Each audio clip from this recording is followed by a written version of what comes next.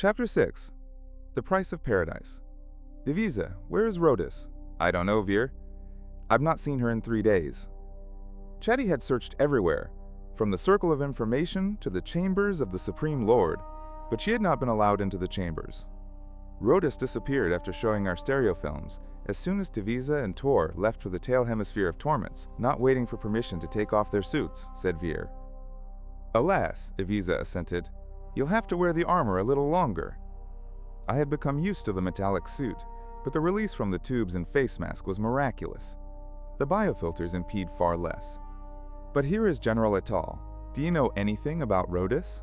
Rodis is in the Hall of Darkness. When I was climbing the black stairs, I saw her walking next to Choyo Chagas, accompanied by the guards whom Chetty so dislikes. I don't like any of this, said Vir Noreen. Why are ye disquieted? General Etal asked imperturbably. Fay has secluded herself with Chagas. Lord to lord, as she jokes. These poorly upbrought leaders who consider themselves above any discipline are comparable to tigers. They are dangerous, with uninhibited emotions which spur them into ridiculous antics. And Rodis, SDP, is here inoperative. We will soon find out, the armor protection engineer made with his hands a gesture in the shape of a cross in the air. Immediately, a brown-gold SDP, the color of Jen's suit, sped to his feet. After a few seconds, a cylinder on a high leg protruding from the robot's back lit up with a purple-pink light. In front of the wall of the room, the image of the portion of the pilot cabin of the Dark Flame, which had been transformed into a communications post, deepened, focusing. The kind face of Naya Holly seemed tired in the glare of green, blue, and orange lights from various consoles. Naya greeted General with an air kiss and, suddenly alert, asked, "Why not at the appointed time?" "We need to look at the Board of Life," said General. Naya Holly turned her gaze on a light green panel where 7 green lights were bright and steady. "I see it myself," exclaimed Jen, said goodbye to Naya, and shut down the machine. "We found out everything," he said to Divisa and Vir.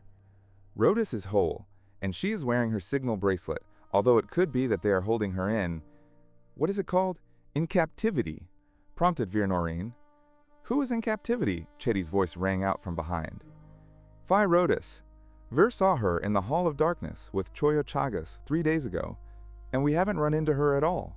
So let's go to the Hall of Darkness and let General show us where they went. The impetuous Chetty went ahead. At the end of a sidely curved gallery, they descended onto black carpets, surrounded by black columns, alcoves, and walls in the Hall of Darkness, so named by the star pilots. Genital walked back towards the staircase with the balustrade, thought for a few seconds, and confidently headed towards a dark space between 2 closely spaced columns. Behind them was a locked door. After a few unsuccessful attempts at opening it, Genital knocked sharply. Who dares burst into the resting chamber of the Lord of Yanyak? The electronically amplified voice of the guard barked from above. We, the people of Earth, we are looking for our Lord, yelled Vir Noreen, mimicking the amplifier. I know nothing of this. Return to your rooms and wait until the lords deem their appearance to ye as necessary. The Earthlings exchanged glances. Chetty whispered something to Vir Noreen, and on the lips of the astro-navigator played an entirely boyish grin. This is how the lords of Tormance act! And he snapped his fingers. After a few seconds, the light, metallic trot of the non-aped could be heard, and in the black hall, the red-violet SDP appeared. What are you thinking, Vir? Divisa asked with concern. I hope we don't make a mess for Rodis. It cannot get worse. The time has come to give a little lesson to these here lords and supreme beings, of whom there is such an abundance in this place. Divisa stepped to the side with a condemning, but all the same, interested look, while Chetty and General Etal moved in admiration towards Vir Noreen. At the command of the astro-navigator, his SDP pushed forward a round, mirror-like flashing box on a thick, ringed cable. Seal your audio filters, ordered Vir. An unimaginable screech ripped through the silence of the palace.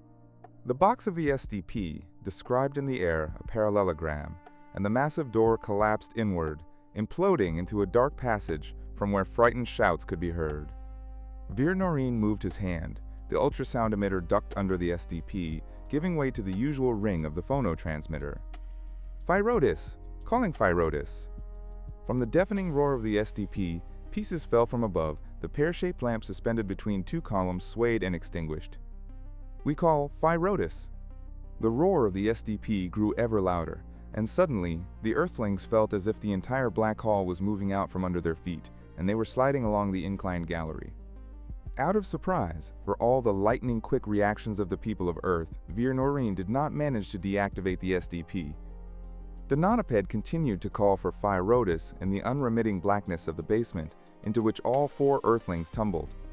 Vir Noreen scribbled his palm through the air, and the SDP fell silent. Blinding spotlights crossed their beams on the faces of the Earthlings.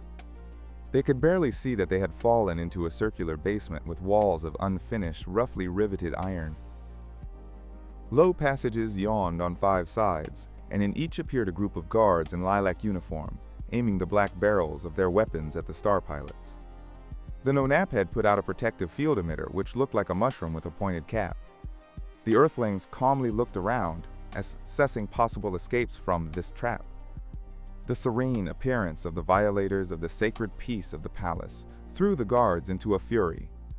Opening their black mouths in a soundless cry, they rushed the group of Earthlings and were thrown back against the iron walls.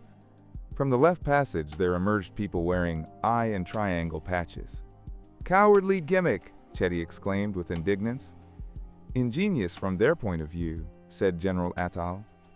"I am wondering how to pierce the ceiling and climb up to the yellow hall," said Vir Noreen doubtfully. "But that would take too much energy." "Would it not be better to wait for the development of events?" advised Aviza. "Perhaps," agreed the astronavigator. They did not have to wait long. The guards fired several shots from their weapons. The starship pilots heard nothing. The protective field did not even allow sound through, only noticed flashes of crimson flame bursting forth from the tubular cylinders. The bullets deflected by the protective field ricocheted back onto those who fired them. The shooters, faces contorted in pain, fell to the iron floor. Vir Noreen glanced anxiously at the emitter, worried about the drain on the battery and regretting that the 4 more powerful assistants stood uselessly deactivated in their rooms above. Fay Rodis had requested that they shut down their robots so that some random signal would not cause them to violate the strict rules. Suddenly, here, on Tormance, everything happened suddenly. Since due to the ignorant character of the Tormancians and their social relations, it was difficult for the guests from Earth to guess the development of events. The commotion ceased. The lilac guards disappeared into the passages, carrying their wounded, and crashing through the monotonous hum of the protective field came the voice of Fay Rodis. "Deactivate the SDP, Vir." Sighing with relief, the astronavigator took down the umbrella and listened to the amplified instructions of Choyo Chagas. "Cease this misunderstanding. Disperse. Use the eyes to lead the guests upstairs to their chambers." A few minutes later, a large aerial lift delivered the 4 heroes to the bend in the corridor, from where the adventure of the Hall of Darkness had begun. At the window opening out to the garden stood Fay Rodis, outlined in clear silhouette, a draft lightly stirring her short black hair. Chetty was the first to rush towards her. Rodis put her hands on her shoulders. Her lips were smiling, but her eyes were sad, sadder than the first days of her stay on Tormance. "Quite a commotion you stirred up, dears." "I am not a prisoner yet." "Yet. Ye disappeared for so long," Ivaza reproached. "Indeed, I have behaved poorly. But I have seen so much in these past days that I forgot about your anxiety. All the same, it was necessary to sober them up a little here." General Atal frowned angrily. "Life is becoming unpleasant due to senseless restrictions, the most foolish self-righteousness and fear scattered all about." "But Fay needs to rest," interrupted Chetty. Surrendering to the life-giving spirit of the negative ions, while the slender paws of the SDP, with light touches of biologically activated gloves, massaged her, Fay Rodis replayed the memories of the past few days spent in the chambers of Choyo Chagas. This experience had shaken her confidence in her previously outlined plan. Everything had begun with the showing of stereo films of Earth. 2 SDPs installed the carrier channel, along which the dark flame began to transfer the vibrant and bright images named on Earth in the old way, stereo films. To the residents of Yanyak, they seemed miracles, delivered to them by the genuine life of a distant planet. The members of the Council of the Four, their wives, several high dignitaries, Engineer Tail, with bated breath watched as pictures of the nature and life of the people of Earth unfolded before them. To the Tormancians' greatest surprise, there was nothing mysterious or incomprehensible in all areas of life of this magnificent house of humanity. Gigantic machines, automatic factories, and laboratories on underground or underwater premises. Here, in unchanging physical conditions, went the relentless work of mechanisms, filling with products the disc-shaped buildings of underground warehouses, from where transport lines spread, also hidden below the ground. And under the cyan sky, the space for human habitation expanded. To the Tormancians, colossal parks were revealed. Wide steppes, clean lakes and rivers, unsullied white mountain snow, and a cap of ice in the center of the Antarctic. After a long economic struggle, the cities had finally given way to stellar and spiral systems of settlement, between which were distributed centers of research and information, museums and houses of art, connected in one harmonious grid, covering the most comfortable for habitation zones of the temperate subtropics of the planet. A different layout distinguished the gardens of schools of different cycles. They were located meridionally, providing for the younger generation of the communistic world a wide-ranging diversity of living conditions. The Earthlings themselves at first had seemed to the residents of Yanyak too serious and focused. Their few words, dislike of witticisms, and complete rejection of any buffoonery, constant busyness and restrained expression of feeling in the eyes of the talkative, impatient, psychically untrained Tormancians came across as boring, devoid of genuine human content.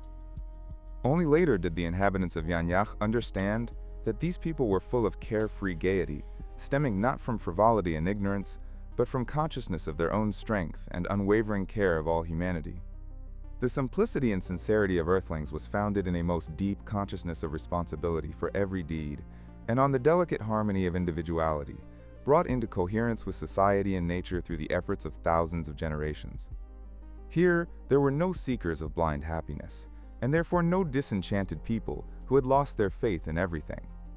Absent were psychologically weak individuals, acutely feeling their own inferiority and, as a consequence of this, poisoned with envy and sadistic spite. The strong and measured faces expressed no confusion, no watchful fears, no anxiety over the fates of themselves and their loved ones, isolating a person from his fellows. The Tormancians saw not one person defeated by boredom. They retired for thought, reflection, for rest, after just having completed hard work. But temporary stillness and deep peace were ready to be immediately replaced by powerful activity of mind and body. The living visions of beautiful Earth awakened an acute, previously unprecedented melancholy in the small group of Earthlings, cut off from their homeland by an unfathomable cosmic abyss. The Tormancians tried to cast aside the irresistible appeal of the world they saw, to convince themselves that it was a special pageantry they were being shown. The gigantic coverage, the planetary scale of the spectacle testified to the authenticity of the stereo films. And, yielding to the evidence, the inhabitants of Yanyak found themselves captured by almost the same wounding sadness as the inhabitants of Earth. But the cause of that sadness was different. The vision of this fairy tale life was appearing here, on the top of the hill, in the fortress of fearsome rulers, the abode of fear and mutual hatred. As if they had been led to wide gates of a garden, where nothing was hidden from their avid eyes, and at the same time everything was inaccessible. And below was the densely crowded multi-million city of the Center of Wisdom, whose name sounded ironic on the dusty and sparse planet. "Maybe this is enough for the first time?" asked Fay Rodis, noticing fatigue on the faces of the spectators. Choyo Chagas glanced to the side. His wife Yantre, with all her might, was pressing her hands to her chest. Teala the engineer lifted his head and tried discreetly to wipe away the tears that had rolled into his thick beard. Choyo observed the same tears in ZUG. A flash of inexplicable anger made him raise his voice. "Yes, enough, entirely enough." Perplexedly regarding the Lord, Fay Rodis cut off communication with the starship. The SDPs extinguished and retracted their emitters. The residents returned to their lives, and Fay Rodis approached Choyo Chagas, who, with a signal, had asked her to linger. When in the deserted hall there remained just the two of them, Choyo Chagas first took Rodis by the elbow, slightly winced, and released her arm. Rodis laughed. "I have become used to your face without a shield and forgot that everything else is metallic." Sometimes it seems to me that ye earthlings are just robots with the heads of living people, the Lord jested, leading his guest into the familiar room with green draperies and the crystal ball. Or perhaps we are in actual fact just robots, asked Rodis, including into her eyes and smile a little coquetry and feminine provocation. And Choyo Chagas had to exert all of his willpower in order not to succumb to the mighty attraction of the woman of Earth. He turned away, opened the door of a black cabinet, and pulled out what looked like an ancient smoking pipe. Settling into the armchair opposite Rodis, he began to smoke. Through the sharp-smelling smoke clouds, the lord of the planet closely regarded Fay Rodis, his narrow eyes covered with a veil of oblivion. He remained silent for so long that Rodis was the first to speak. What was meant in your exclamation of entirely enough? Can it be that ye did not like what ye saw of Earth? The films are technically magnificent. We've never seen anything like it. Is it really about techniques? I had in view our planet. I am not a judge of fairy tales. How am I to separate lies from truth without knowing anything about your planet, besides what I am shown in these pictures? Fay Rodis stood, leaned slightly against the edge of the table, and looked closely at Choyo Chagas. Now ye are lying, she said flatly, avoiding the rising and falling tones used by the Tormancians. Help me to understand ye. Ye are a person of outstanding mind. Why do ye avoid speaking directly, truthfully expressing your beliefs and objectives? Of what are ye afraid? Choyo Chagas slowly rose to his feet, cold and haughty. Fay Rodis did not flinch when he stopped in front of her, stretching out his neck and leaning with clenched fists against the table. Their silent duel lasted until the Lord finally retreated, wiping his forehead with a thin yellow handkerchief. We could destroy ye, he bared his teeth in an unkind and out-of-place grin, but instead of that, I am forced to even provide you with a report. Does this sacrifice weigh ye down? Rodis, intonation sounded like undisguised mockery. Are ye wary that the second starship will appear, and both ships will crush your cities, palaces, factories? I know that ye and your henchmen will calmly accept the death of millions of inhabitants of Yanyak, the destruction of thousand-year labor, the disappearance of great works of human genius, as long as ye remain living. Is it not so? Rodis suddenly exclaimed sharply. Yes, Choyo Chagas confessed with a start. What is there to pity? Trash. Insignificant people with pennyworth feelings? Old lumber of art, lived beyond any use, lying in worthless heaps in dusty vaults? Those harmful fantasizers, the lolly. But they are still people, Rodis exclaimed. They are not yet. And do ye help them to become people? I cannot understand ye. The most beautiful thing in life is to help people, and especially when ye have the power, strength, possibilities for this. Can there be a higher joy than this? Have ye honestly never considered this, unfortunate man? No, it's ye who are unfortunate, shouted the Lord. True is the old adage, that for women there exists only the present and the future. For them there is no past. What sort of historian are ye if ye don't understand that a sea of empty souls has spilled over the planet, having drunk, devoured, trampled all its corners? Fay Rodis had already calmed down. Did you know that the human brain has the remarkable ability to correct distortions of the external world, not only visual but also mental, arising from the bending of the laws of nature in an improperly organized society? The brain struggles against distortion, straightening it towards the beautiful, the calm, the good. I'm talking, of course, about normal people, not about psychopaths with complexes of inferiority. Don't ye know that the faces of people from afar are always beautiful, and someone else's life, seen from the outside, seems interesting and significant? Consequently, dreams of the beautiful, formed over thousands of generations, are embedded in every person, and subconsciousness leads us more powerfully towards the good than we ourselves think. How can you talk about people as the trash of history? I'm starting to enjoy your frankness, Choyo Chagas said with a wry grin. But go on. I know that you now have no doubt about the harmlessness of our intentions. How many times have your people tried to pick up a drop of enmity in any one of us, even after the trial attack on our starship at your command? After all, here nothing is done without an order from the Council of the Four. Yes, again succumbing to the strange magnetic force of the Earthwoman, the Lord confirmed. If so, then the matter isn't an imaginary threat, allegedly emanating from us. I have realized that you want to prohibit showing the life of the earth to the people of Yanyach. But you must act on some motives dictated by your vision of the world, your system of views. We Earthlings have not seen in your primitive propaganda any deep concern for the improvement of your society and people. For the maintenance of the existing structure, only a handful of rulers is necessary. In the history of the earth, this has ruined hundreds of states and millions of people. Ye here, not so long ago, experienced a catastrophe of overpopulation. Fay Rodis broke off her speech, looking in surprise at the distorted features of the Lord of Tormance. Choyo Chagas lost his composure for the first time. Enough, I want no more, nothing about earth. I loathe it. I despise the accursed earth, the planet of the boundless suffering of my ancestors. Your ancestors? Fay Rodis exclaimed, and her throat tightened. Her guess was confirmed. Yes, mine, just like yours. This is a secret, guarded for many centuries, and its disclosure is punishable by death. Why? In order not to give rise to the dreams of the past, of a different world which would edge away at the foundations of our life. A person should not know about the past, search in it for strength, that gives him convictions and ideas, incompatible with the subordination to authority. It is necessary to slice history at the roots, and begin from the moment when the tree of humanity was ennied into Yanyach. Choyo Chagas stood for a minute in reflection, after which he sat again, showing Rodis to her seat. He smoked, intently gazing at the crystal ball, and the guest from Earth sat as motionless as a statue in the deepest silence of the Lord's chambers. Choyo Chagas stole a sidelong glance at her distant figure, and, deciding, stood up. From a secret place he retrieved a set of instruments resembling antique keys. With one, short and thick, he opened an inconspicuous door of thick metal, turned something inside it, and carefully locked it again. "Let's go," he said simply, throwing back the green curtain in front of the door, narrow as a crack. Fay Rodis did not hesitate to follow him.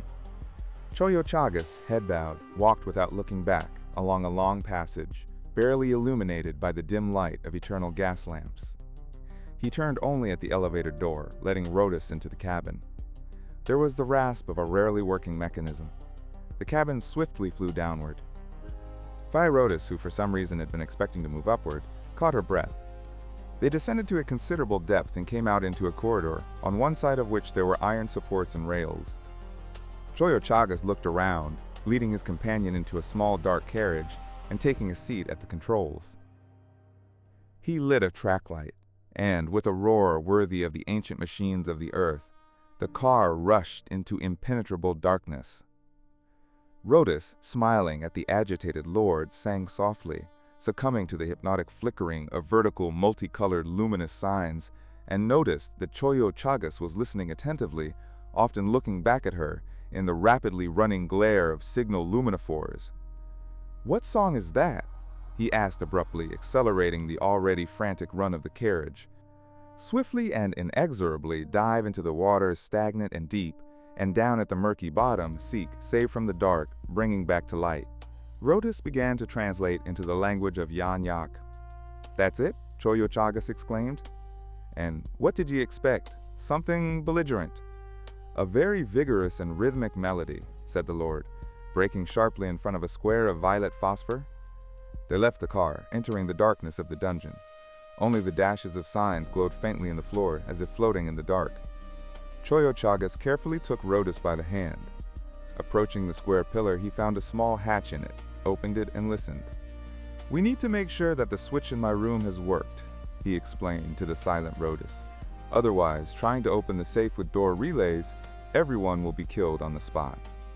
With the second key from the bunch, he opened another hatch, took hold of the arrow-like handle, and pulled hard. A silver rod came out, and at the same moment, with a squeal, the doors, heavy as gates, opened into the vast, brightly lit hall. As soon as they entered, the Lord found the button and the doors slammed shut. Rodis looked around while Choyo Chagas, bending over a wide stone table, moved something on it and flicked toggle switches like the levers of old electronic machines Rodis had seen so many times in historical films and museums. The premises also looked like a museum. Glazed columns of cabinets and shelving towered high. The rows of tightly shut drawers were speckled with faded hieroglyphs. The steps of the mobile ladders, gray with dust, here and there preserved the footprints of those who had climbed them to the upper shelves. Choyo Chagas straightened, solemn and pale. He seemed to the guest from Earth an ancient hierophant, a keeper of secret knowledge, and in actual fact, he was one. "Do ye know where we have come?" the leader asked, in a hoarse voice. "I have realized. Here is concealed what your ancestors brought on starships from Earth." Fay Rodis tensed with excitement.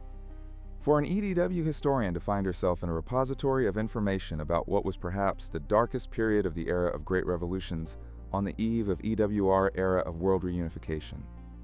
Rodis reverently touched the cumbrous console, apparently taken from a starship of distant times, one of the first ships, daringly plunging into the unknown and immensely complex depths of the universe. Choyo Chagas nodded encouragingly to the bewildered Fay Rodis and gestured towards a row of hard chairs of metal and plastic in the center of the hall. "I understand that everything here is interesting to ye. But we, not forgetting that, will continue our discussion. And ye will watch films, brought by our ancestors as memorials of the planet from whence they fled. Fled with the faint hope of salvation, but found a virgin planet and new life, which turned into the old one. When doubt or unclearness of path overcome tired nerves, I come here, in order to fill myself with hatred, and in it to draw strength." "Hatred towards what? Towards whom?" "Towards Earth and her humanity," said Choyo Chagas with conviction. "Look at the episode 1 of Chosen. To me it is not necessary to illuminate for ye my motives for forbidding your films. Having seen the history of your paradise, with acrid bitterness the Lord went on, who would not doubt the truth in the spectacles ye have shown? How could it come to be that this plundered, tormented planet transformed into a wondrous garden, and those embittered people who believed in nothing became tender friends? What tools, what fetters of iron fear hold the people of Earth in this discipline? But it's not as you'll tell me it is. Ye possess the skill of seduction. I myself have experienced this. Do ye recall the legend of Circe, the sorceress who turned people into swine? Sometimes to me it seems that ye are Circe.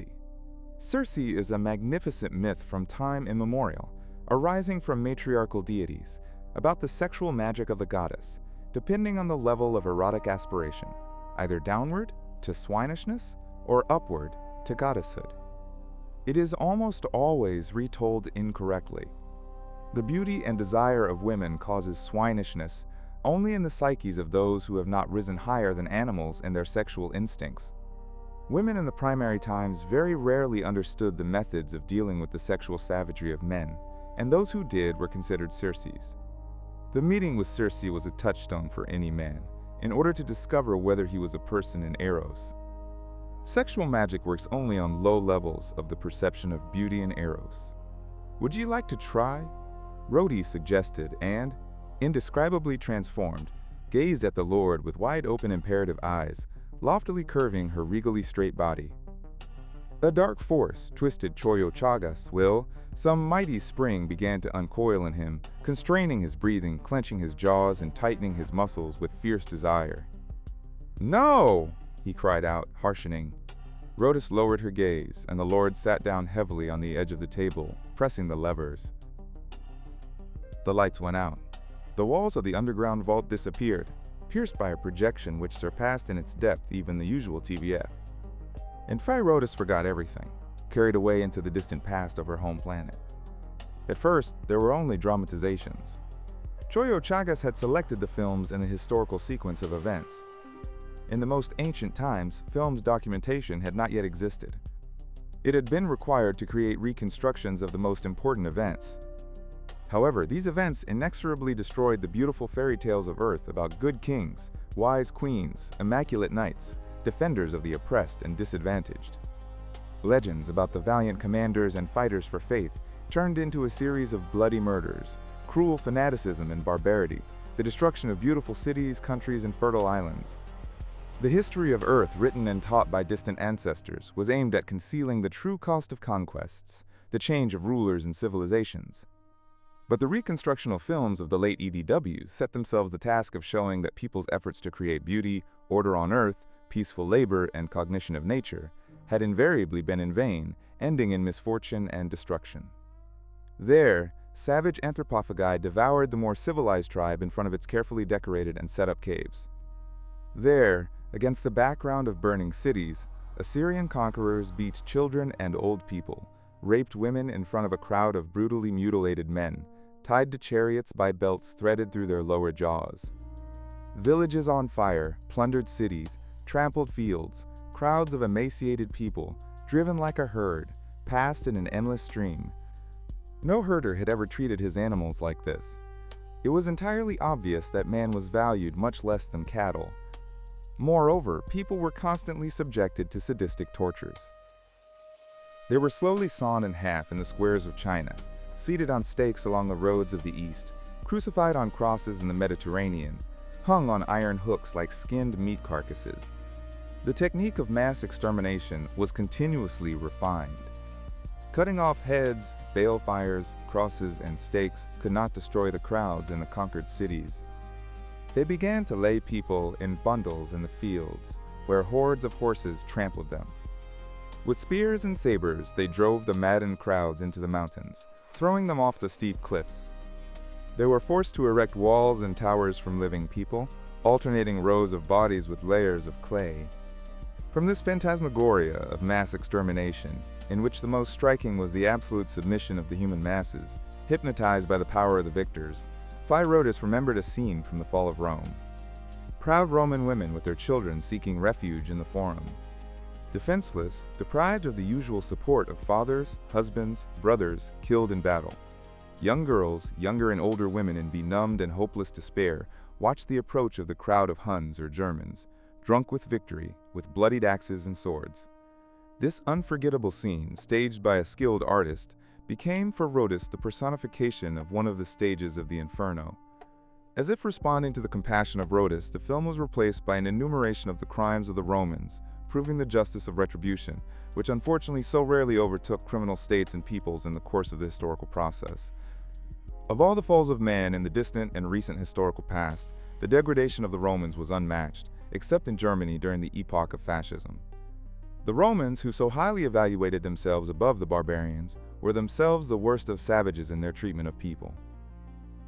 Indulging in the basest of instincts, the rulers of Rome reduced their citizens into an ignorant, sadistic crowd, insatiable in the demand for bread and circuses. Cruelty and a complete lack of compassion made human torment a distraction, and a complete absence of the concept of the dignity of foreigners and Gentiles created an atrophy of conscience and nobility.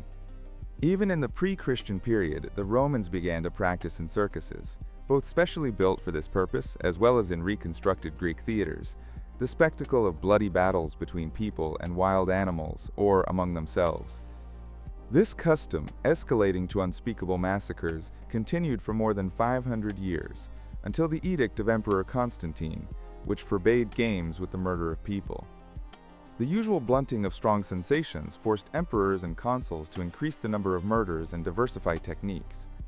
Pompey celebrated his victory with a venation, or hunt, in the circus. In 5 days of games, 600 lions and 1,400 people were killed. Emperor Titus, the builder of the most immense Roman circus, the Colosseum, exterminated 9,000 animals and 12,000 people. On the first day, 7,000 people and 5,000 animals died. Christians, sewn into animal skins or tied to poles, were devoured alive to the hooting and howling of 50,000 spectators, the so-called free citizens of the great city. Emperor Trajan killed 24,000 people and 11,000 beasts. Elephants, hippos, lions, leopards, bears, hyenas, crocodiles, tigers, wild boars, all perished for the amusement of rabid crowds. Thousands of naked women, young girls and children were torn to pieces in the arenas by predators, trampled by elephants, rhinos, and wild bulls. Emperor Probus planted a forest in the arena of the Colosseum and organized a hunt of 100 lions, 200 leopards, and 300 bears. People hunters had to kill predators with short spears. The next day, 3,000 wild boars, deer, and ostriches were killed. Emperor Gordian orchestrated a celebration with 1,000 bears, and on the day of the millennium of Rome, 2,000 gladiators died in the arena. Such performances, of course, were not in Rome alone, but in all the big cities. The Romans showed no less inhumanity and spiritual degradation during their conquests. Instead of respecting the courage and heroic resistance of their enemies, they inflicted vile massacres on unarmed civilian populations, driving the defeated together with their families, children and elderly into mines and quarries, where they slowly died in inhuman conditions, without water for washing, houses and beds. Christians and Jews were treated with a special cruelty. After the Roman legions suppressed the uprising in Judea, the entire population was herded into African quarries. The men were castrated, blinded in one eye with a red-hot iron, and in chains, with a brand on their foreheads, were forced to mine the famous Numidian marble for magnificent Roman buildings. If one imagines the colossal amount of marble used in forums, palaces, temples, aqueducts, and even roads, then the ocean of human suffering cannot but evoke in the soul of every real person disgust and hatred towards the irredeemable past. Such was the majestic civilization that left the proud inscriptions Gloria Romanorum, glory of the Romans, which the peoples of Europe for many centuries venerated as the unattainable archetype. Retaliation, as always, came late and fell, as usual, on the innocent. But much later states also competed in atrocities. French kings, who sometimes bore proud nicknames, such as the Sun King, handled with merciless savagery the infidels, also French. Shackled in their hundreds to a single chain, people were driven to the galleys of the Mediterranean Sea, where in wretched conditions, completely naked, chained to benches, they toiled at the oars for life, guilty of no crime. Each galley required 300 to 400 rowers, and there were thousands of these ships in the Mediterranean, including Arab ones, on which Christian slaves were tormented. The most bloodthirsty Sultan of Morocco, Moulay Ismail, locked 80,000 captives in his harem. Not lagging behind these rulers were the African kings and queens. To honor the death of Ashanti, the queen mother of Ijisu, 3,500 slaves were killed by cutting off their hands and feet. Some were burned alive. Before these atrocities, the most ancient burials of czars, like the pharaoh Jer, on whose grave 587 people were killed, or the Scythian leaders in the Kuban and the Black Sea region, with mass slaughters of people and horses on the mounds, abundantly pouring blood on the insignificant remains, paled in comparison. The pearl of ancient cultures, the Hellenic, which became a goat pasture at the beginning of the Dark Ages, the ruins of the even more ancient civilization of the sea peoples of Crete, the culture of ancient Rus, erased by the hooves of the Asian hordes, the colossal massacres of the indigenous peoples of southern Africa by the invading tribes of conquerors from the north, all this, already familiar, did not evoke new associations. But Rodis had never seen documentary footage, interspersed with dramatized films about the last days of the EDW. The mass slaughter took on an even more monstrous character, corresponding to the increase in the planet's population and the powerful technologies. Huge concentration camps, factories of death, whereby hunger, exhausting labor, gas chambers, special apparatus, showers of bullets, people were destroyed already in their hundreds of thousands and millions. Mountains of human ash, heaps of corpses and bones. This was never dreamed of by the ancient exterminators of the human race. Atomic bombs laid huge cities to waste in a matter of seconds. Around the completely burnt-out center, where hundreds of thousands of people, trees, and buildings were instantly annihilated, there was a circle of destroyed buildings, among which blinded and burned victims crawled. From under the rubble swept the endless scream of children calling for their parents and begging for water. And again there were scenes of massive repression, interspersed with battles, where thousands of aircraft, armored cannons on land or ships, with aircraft on the seas collided in a continuous barrage of howling iron and thundering fire. Tens of thousands of poorly armed soldiers stubbornly climbed into an unremitting storm cloud of rapid-fire weapons until a mountain of corpses overwhelmed the fortifications, depriving the enemy of the opportunity to shoot, or until his soldiers lost their minds. The bombing of cities, where the brave people of the past captured footage of crumbling and burning buildings. Suicide pilots, doomed to death, rushed through veils of shells and crashed into the decks of giant ships, kicking up fiery whirlwinds. People, guns, and wreckage of cars were flung into the air. Submarines would suddenly appear from the depths of the sea to unleash thermonuclear missiles on enemies. "Wake up, Earth Dweller." Fay Rodis heard the voice of Choyo Chagas. She shuddered, and he turned off the projector. "This was all not known to ye?" Choyo Chagas asked derisively. "We have not preserved in such fullness the films of past times," answered Fay Rodis. coming too. After the departure of your starships, there was yet one more great battle. Our ancestors did not think to hide documents under the ground or in the sea. Much was lost. Choyo Chagas threw a glance at his watch. Rodis stood up. I have taken a lot of your time. My apologies and gratitude. The chairman of the Council of the Four paused, weighing something in his mind. I really can't stay with ye any longer. But if ye desire, absolutely, it will require more than one day. I can go without food for long periods. All I need is water. Ye will find water here. Choyo Chagas unlocked another small door with a third key.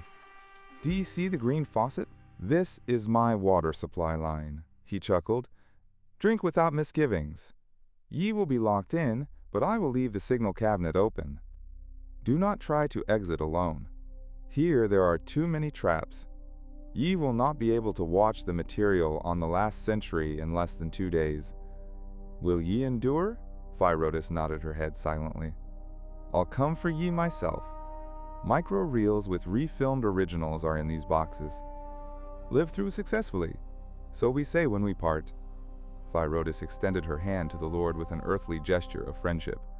He kept hold of her offered hand, peering as he held it into the depths of the shining astral eyes of his guest, so strikingly different from everything that was familiar to him, both on his home planet and in the ancient films of the earth renounced by his ancestors. Suddenly this strange man released, or rather pushed Rodis' hand away and disappeared behind the door. The huge armor plate slammed shut with a brisk shock like the sound of a mechanical hammer. Rodis engaged herself in breathing and concentration exercises in order to energize her body for the work which lay ahead. Not only to view, but also to retain what was viewed in memory. It was too late to think about recording via STP, and it was unlikely that the mercurial lord of the planet would agree to repeat his impulse. Investigating the film reels, Rodis saw that Choyo Chagas had shown only one group, marked with hieroglyphs, which she read as man to man. The second and third boxes were inscribed man to nature and nature to man. The films, man to nature, showed the disappearance of forests from the face of the earth, the drying up of rivers, the destruction of fertile soils, scattered or saline, the perishing of lakes and seas flooded with garbage and oil. Huge tracts of land dug up in mining operations, cluttered with mine dumps, or waterlogged in vain attempts to preserve fresh water in the disturbed balance of water exchange between the continents. Films indictments, shot in the same places over intervals of several decades. Insignificant shrubs in place of majestic groves like temples of cedars, sequoias, araucaria, eucalyptus, giants from the densest of tropical forests. Silent, bare, insect-eaten trees where the birds had been exterminated. Whole fields of corpses of wild animals, poisoned through the ignorant use of chemicals. And again, the uneconomical burning of billions of tons of coal, oil, and gas, accumulated over billions of years of Earth's existence, the abyss of destroyed wood. Mountains of broken glass, bottles, corroded iron, indestructible plastic. Worn-out shoes accumulated in trillions of pairs, forming hideous piles towering over the Egyptian pyramids. The nature to man box turned out to be the most unpleasant. In the terrifying films of the last centuries, where the crushing power of techniques and colossal masses of people collided, human individuality, despite the enormity of suffering, was erased, dissolving into an ocean of common horror and grief. Man, an integral unit in a battle or a crowd destined for destruction, was equated in value with a bullet or garbage to be collected. The anti-humanness and hopeless shame of the fall of civilization. The scale of it so utterly repressed the psyche that no room remained for individual compassion and understanding of the torment of man as a close and familiar being. The films of the third box consider the individuals close up, conveying the suffering and illness arising as a result of an unreasoning life, as a result of a break with nature, an absence of understanding of the needs of the human organism, and chaotic, undisciplined childbirth. Giant cities, abandoned due to lack of water, flashed by crumbling masses of debris of concrete, iron, swollen asphalt. Vast, silt-covered hydroelectric power plants, dams fractured by crustal displacements. Rotting bays and inlets of the seas, the biological regime of which had been thrown into disarray, and whose waters had been poisoned by the amassing of heavy water with the accelerated evaporation of artificial shallow basins on blocked rivers. Gigantic strips of lifeless foam along the deserted shores, black from petroliferous mud, white from countless tons of washing chemicals released into seas and lakes.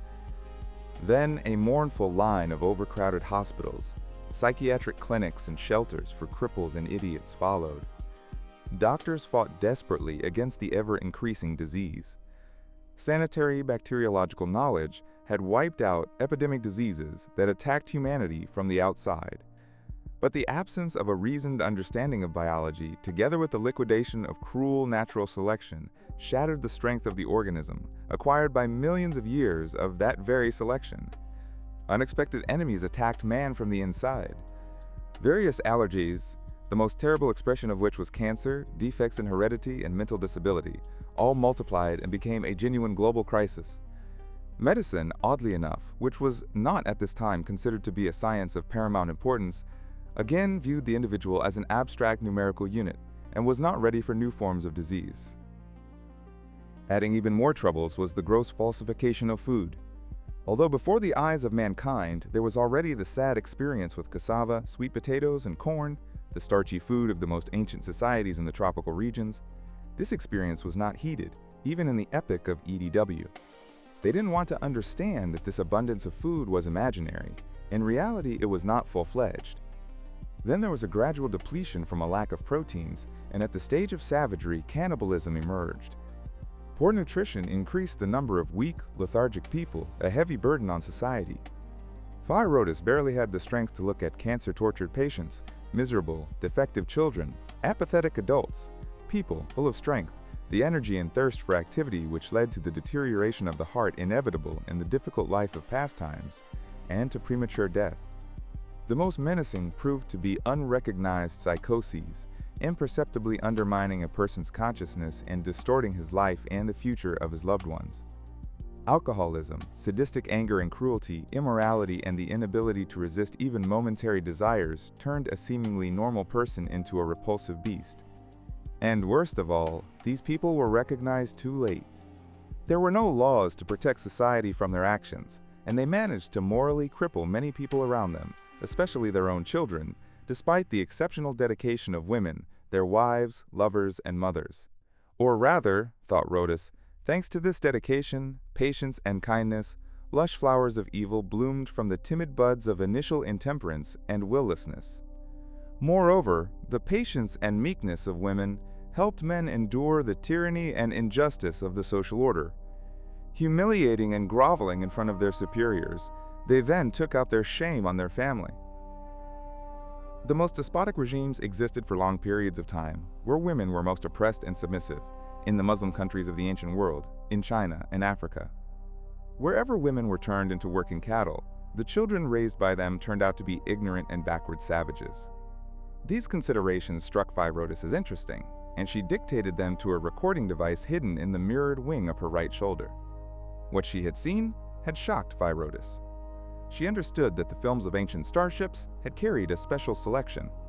People who hated their planet, had lost faith in the ability of mankind to get out of the hell of a mal-arranged life, took with them everything that discredited civilization, the history of peoples and countries, so that the second generation could already imagine the abandoned Earth as a place of incredible suffering, where one could never return in the event of any trial, even the tragic end of the road.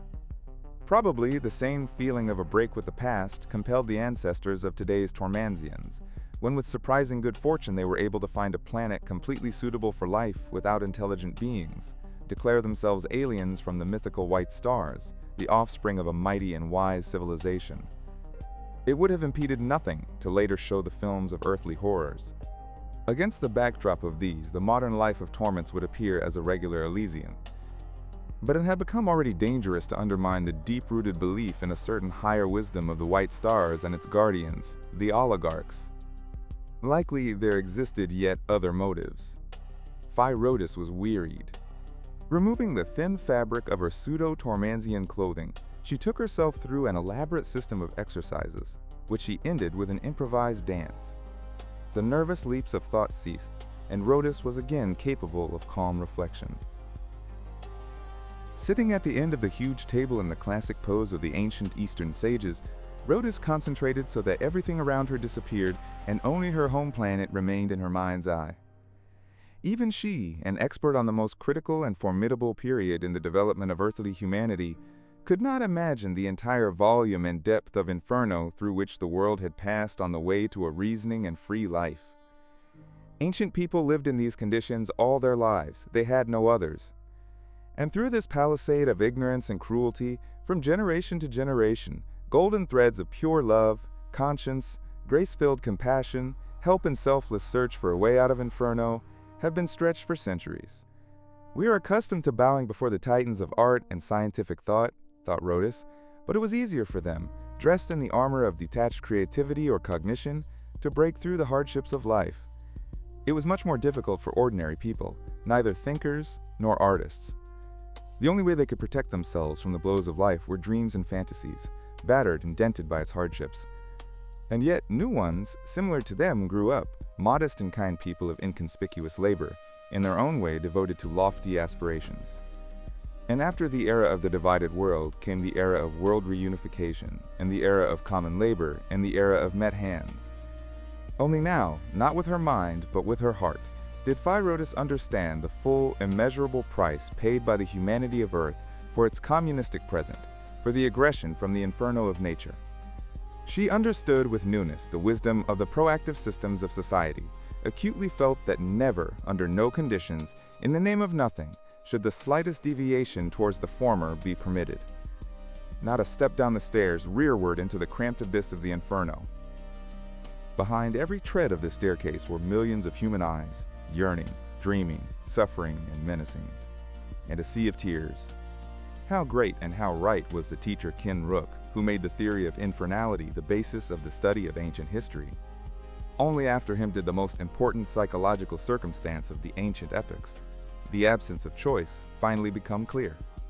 More precisely, a choice so complicated by social disorder that any attempt to overcome circumstances grew into a moral psychological crisis, or into a serious physical danger. Following her thoughts about the teacher, the image of another person arose, one who was also unafraid of the sole burden of a researcher of the history of EDW. The organizer of the famous excavations, the artist and singer Vedakong, had been for Rodis a constant ideal from her childhood years. Long ago, Vedakong's body had evaporated in a blue flash from a high-temperature burial ray. But the magnificent stereo films of the era of the Great Circle still carried her lively, charming appearance through the centuries. Many of the youth became enamored with the desire to take the same path. In a society where history was considered the most important science, many chose this specialty. However, a historian who empathizes with all the hardships and labors of people of the epoch under study is sometimes subjected to unbearable psychological pressure. Most avoid the formidable Dark Ages and the EDW, deep investigation into which requires special endurance and spiritual training. Fay Rodis felt the entire weight of the past settle onto her soul, the weight of centuries when history was not a science, but only an instrument of politics and oppression, a heap of lies. Great efforts were applied by the falsifiers in order to lower ordinary people of ancient times, and in this way compensate for the defective, miserable life of their descendants. For people of the new, communist eras of the history of the earth, fearlessly and selflessly delving into the past, the enormity of the suffering they met there fell like a black shadow over their whole lives. Rodis was so deep in thought that she did not hear the clang of the armored door carefully opened by Choyo Chagas. The overhead lighting remained off. Only the pale rays of the violet gas lamps intersected in the gloom of the subterranean hall. Not immediately did Choyo Chagas realize that he was witnessing his guest in a spacesuit that was as tight as his own skin, and he eagerly began to examine it. Fay Rodis returned to the present, lightly slid from the table, and, under the unwavering gaze of Choyo Chagas, approached the chair on which her clothes lay. Choyo Chagas raised his hand to stop Rodis. She looked at him in bewilderment, straightening her hair. "Are all women on Earth so beautiful?" "I myself am ordinary," smiled Fay Rodis and asked. "The sight of me in the spacesuit gives ye pleasure?" "Of course. Ye are so unusually beautiful." Fay Rodis folded her thin clothes into a lush plait and wrapped them around her head, like a wide turban. Worn slightly to one side, the turban lent the correct and small features of the earthly woman a nonchalant and sly expression. Choyo Chagas turned on the overhead light and lingered, gazing at the guest with undisguised admiration. There are women on the starship even better than Yi?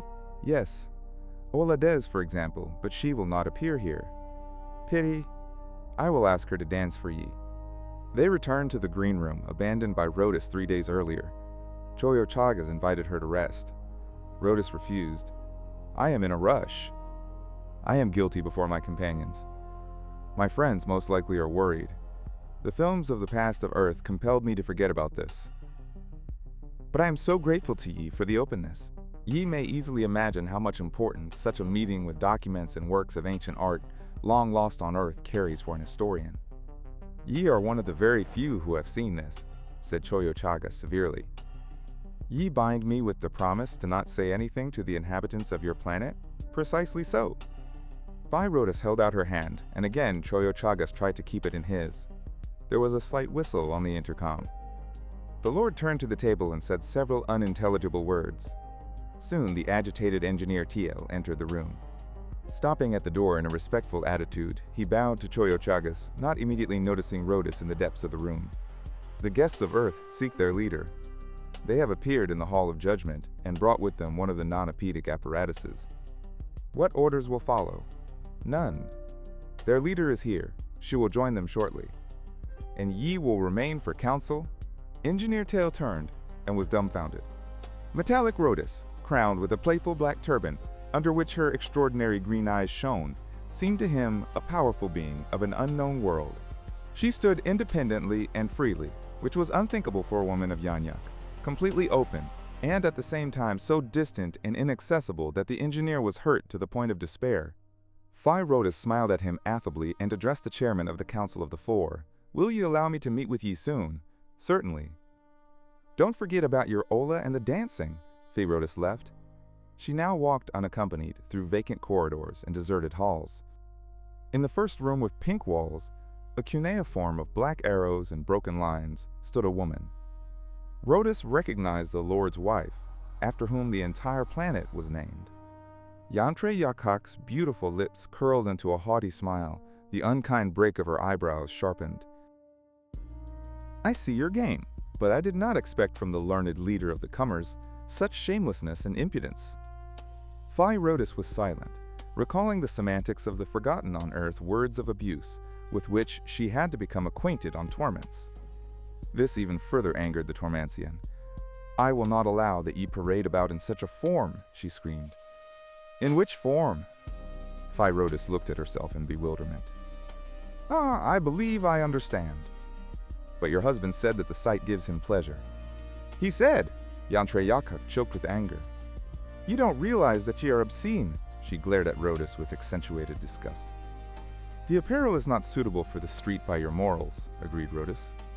But in dwellings? Your clothes, for example, seem to me both more beautiful and more seductive. The Tormanzian, dressed in a dress with a low bodice that exposed her breasts, and a short skirt cut into tight ribbons revealing her hips with every movement, really did seem more naked. Besides, a barely noticeable smile slid across Rodis's lips. In this metal I am absolutely inaccessible. Ye Earthlings are either immensely naive or very cunning. Don't ye understand that ye are beautiful like no other woman on my planet? Beautiful, unusual, and dangerous for our men. Even just to look at ye. Yantre Yakak nervously clasped her hands. How can I explain to ye? Ye are accustomed to the perfection of the body. It has become the norm with ye, and with us it is a rare gift. Fay Rodis lay her hand on the bare shoulder of Yantre Yakak, who drew back, falling silent. Forgive me, Rodis bowed slightly. She unwound her turban and dressed instantly. But you promised my husband some kind of dance. Yes, and it will have to be fulfilled.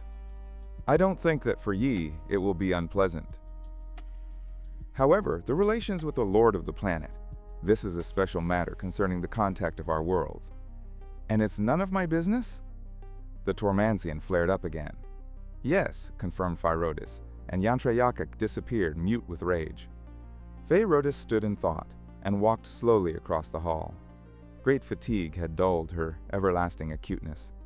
She crossed the second hall, yellow and brown, and had just entered the last, dimly lit gallery, conjoining the ruler's repose with the part of the palace designated to the earthlings, when she felt someone's gaze.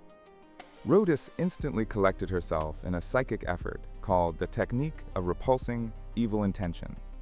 A strangled noise that sounded like a cry of surprise and bewilderment could be heard from the darkness. Rodis, extending her will, walked by, and behind her, crouching low, a man ran, heading in the same direction from which she had come. And then something crashed down heavily. The cry of an SDP calling for Rodis penetrated every recess of the palace. The guards ran past. This was the very moment the rescue company fell through the floor of the Hall of Darkness, or the Hall of Judgment as it was officially called. The people of the earth had not yet understood that the security of the palace and the lower chiefs should not be regarded as normal people, who, while insufficiently educated and brought up, were nonetheless responsible for their actions.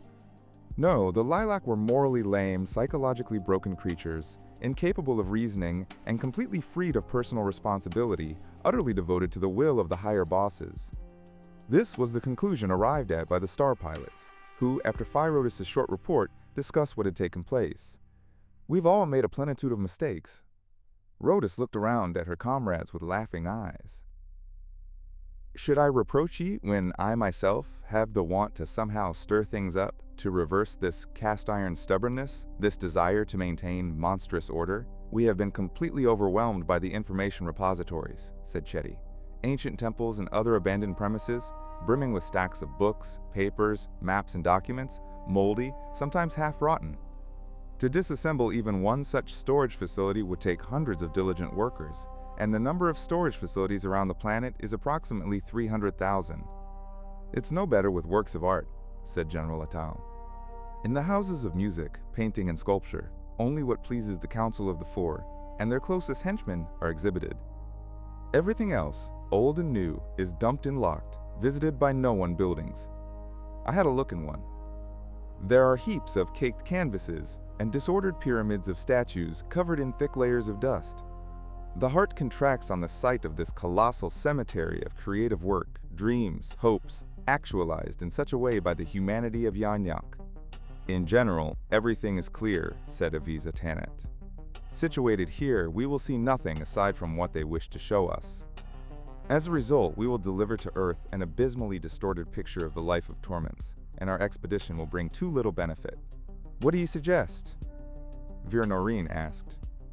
"To go into the thick of ordinary life on the planet," Evisa replied with conviction. "One of these days we will be able to remove our spacesuits, and our metallic appearance will not embarrass others." "Remove the suits? And what about the weapons of the killers?" exclaimed General Attal.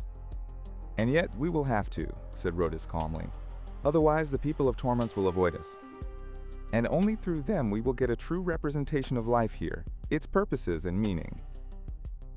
It is absurd to expect that our Seven will unearth huge deposits of abandoned information and be able to make sense of it. We need people from different places, different social levels and professions. Profession here is very important. They have one for all of life.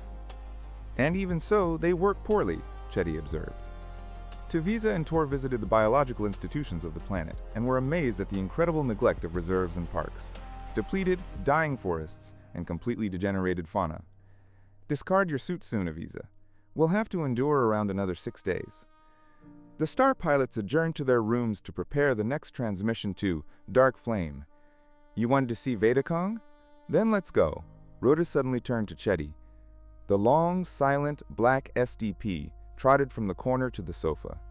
Fay Rodis took out the starlet of the memory machine, with the covering still intact, and unrolled the foil. The garnet red color spoke of the biography of the lyrical direction. Several manipulations by Rodis, and in front of the high, draped in blue wall appeared a living vision. The stereo films of the EGC were in no way inferior to the modern ones, and Vedakong, through the centuries gone by, entered and sat in front of Rodis and Chetty in a thin metallic wicker chair, common for that time. "I have put it on the 5th beam," said the impassioned Rodis in a whisper. "What I have never seen myself is the final decade of her life."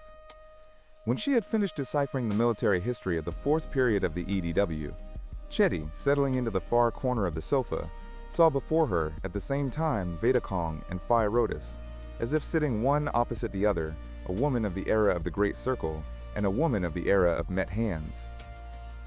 Every schoolgirl on Earth knew of Vedakong, explorer of the terrible dungeons of the EDW, heroine of ancient tales, beloved of two renowned people of her time, Ergnur and Dar Vader, a friend of the legendary Renbows. Chedi compared the familiar image to the living continuer of her cause. Fay Rodis did not have to break through the thickness of the stone and the danger of the protective devices. In the abyss of the cosmos, at a distance unimaginable even for those of the era of the Vedakong, she had found an entire planet, which had as if escaped those critical times of earthly humanity. Chedi, with childish admiration, gazed at the thin face of Veda, tender, with gentle gray eyes, with a dreamy smile, head bent slightly under the weight of huge braids. The years had not affected the girlish slenderness of her figure, but to Chedi, in contrast to films of the younger years of Veda, it seemed as if a hidden sadness permeated her entire being. The great diversity of human appearance on Earth, especially in the era of common labor, when the most diverse races and nationalities began to merge, surpassed all imagination. Every conceivable shade of hair, color of eye, skin, and features of the body was combined in the descendants of Khmer Evenki Indians, Hispanic, Russian, Japanese, Anglo-Polynesian, Zulu, Norwegians, Basque, Italian, Arab, Indonesian, etc. Listing these countless combinations took up entire reels for bloodlines. The breadth of the choice of genetic combinations ensured the infinity of life without degeneration. That is, the boundless ascent of mankind. The happiness of Earth consisted in the fact that humanity arose from various distant groups and created on the historical path many isolations, cultural and physical. By the era of the Great Circle, the type of human of the Earth had become more perfect, replacing the multifaceted types of the era of common labor. Until the end of this era, people were divided into two main categories: Neanderthalic, strong, with massive bones of a crude build, and Cro-Magnoid, with a thinner skeleton, taller, more fragile psychically, and more subtle in feelings. The business of geneticists was to take the best from each and merge them into one, which they did throughout the EGC. And by the EMH, the purity of appearance became even more perfectly expressed, as it was noted by Chedi, comparing the aesthetic hardness of the face of Fay Rodis, as if carved out of stone, with the soft appearance of the Vedakong. Fay Rodis reflected yet another step in the elevation of energy and universality of man, consciously developed in a society which avoided fatal specialization. Fay Rodis in everything seemed denser, harder than a woman of the EGC, both in the outlines of a powerful body with a strong skeleton, with a head set on a high but not thin neck, and an unyielding gaze with eyes set wider than those of Veda, and accordingly a broader forehead and chin. In addition to these outwardly archaic features of greater psychophysical strength and firmity of the bodily, Rodis also differed from Vedakong with regard to the inner world. If, in the case of Veda, any person would reach out unconditionally and trustingly, then Rodis was as if fenced in by a wall, which required confidence and effort to overcome. If Veda aroused love at first sight, then Rodis, admiration and some caution. Vedakong addressed an invisible audience. Two songs from the wartime period of the EDW, recently translated by Tirg Vist. The melodies are left unchanged. Someone handed Veda a light musical instrument with a wide, flat resonator and strings stretched over a long neck. Her fingers drew long ringing sounds, simple and wistful melodies, like falling tears. "Prayer for a bullet," Veda said, and her deep, strong voice filled the large room of the palace. An appeal to some god with a prayer for sending down death in battle, because in life, for a person, already nothing remained. "Lethal bullet sent to meet me, beyond measure is the grace you bring," repeated Chedi. How could society bring a person, apparently calm and brave, to prayer for a bullet? Another song seemed even more unbelievable. "Happy only are the dead. Planes do fly, cannons roar and tanks crawl by. Jets of bullets whip, the living are all trembling. Piles of corpses grow, unending." Vedakong sang, bowing towards the strings, humming melancholically and forebodingly. A bitter streak, unfamiliar, contorted lips designed for an open smile. "You go out to the sea, corpses on the waves." The image had scarcely disappeared when Fay Rodis rose and spoke with grief. Vedakong, better than us all, felt the measurelessness of suffering carried over by our ancestors. Was anti-humanism really so widely disseminated during the time of the EDW? Did it really determine the course of all life? Asked Chetty. Mercifully, no. Yet anti-humanism pervaded everything, even art. The greatest poets of those times indulged in poems like these. Rodis enunciated low and loudly. Bullets are thicker on the shy, fleeing dirt, parabellum. Impossible. Chetty was stirred. What is this parabellum? A pocket firearm. So it was serious? To splatter with dense bullets those fleeing from danger? Chetty darkened. Absolutely serious. But to what did this then lead? Instead of answering, Rodis opened the wall of the SDP and withdrew the oblong rhombic case of a crystal wave organ. Having elevated it on the spread fingers of her left hand, she passed her right palm over it several times. Music sounded, powerful and unkind, rolling in a mass in which dissonant chords of stretched sounds were drowned and choked. But these subdued lamentations grew stronger, coalesced and curled into a whirlwind of curse and derision. Chetty involuntarily drew herself in. Sounds with a scream, now falling, now rising, blurred into a muffled growl. Into this chaos of broken jumping melody, the voice of Fay Rodis pierced through. Earth, stop joking, show what's true, throw aside the tramp's attire, become the star that's truly you, permeated through with fire. A deafening whistle and howl, like a flash of an atomic flame, towered, and the music broke off. What was that? Where was it from? Chetty asked breathlessly. Farewell to the planet of sorrow and anger, the fifth period of the EDW.